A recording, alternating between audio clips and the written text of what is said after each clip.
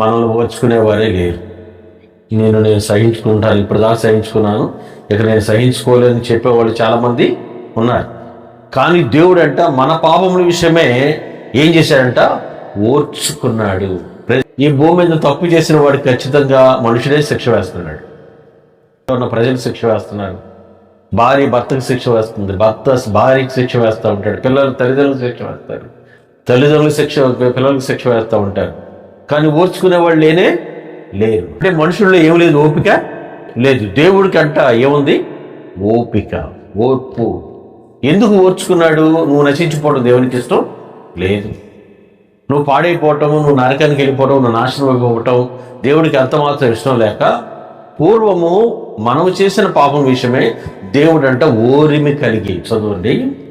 పూర్వం చేయబడిన పాపములను దేవుడు తన ఓర్మి వలన ఉపేక్షించిన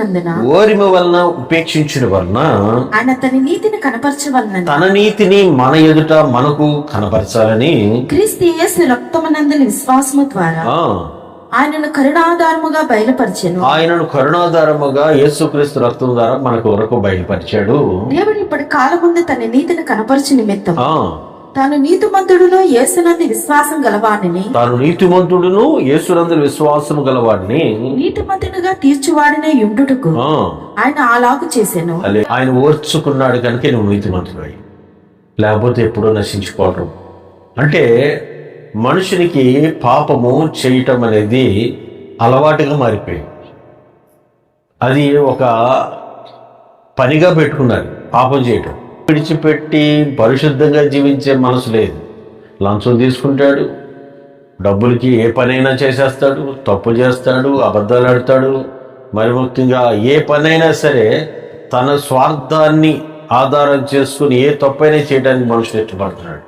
ప్రైజ్ లార్డ్. అది పాపముగా అతను ఎంచట్లేదు, మనుషుడు ఎంచట్లేదు. కానీ ఆ పాపానికి మనుషుడు శిక్ష వేయకపోవచ్చు, కానీ దేవుడు ఏమేస్తాడు? శిక్ష. హల్లెలూయా. ఆ శిక్ష పడట్లేదని చెప్పి మనుషుడు ఇంకా ఏం చేస్తున్నాడు? పాపం చేస్తూనే పోతున్నాడు. దేవుడు ఓపికతో ఓరిమితో మనల్ని తన నీతిని కనపరచు నిమిత్తము ఈ భూమి మీద మళ్ళా మనకి సజీవమైన రాళ్ల వలె మనల్ని నిలబెట్టుకున్నాడు. హల్లెలూయా. మనం మరో దినము చూస్తున్నామంటే, నెక్స్ట్ డే కళ్ళు తెరిచి మనం భూమిని చూస్తున్నామంటే అది దేవుని ఉచితమైన కృప. ఉచితమైన కృప మనల్ని ప్రతిదినము నూతనపరిచి కాపాడుకుంటూ వస్తుంది.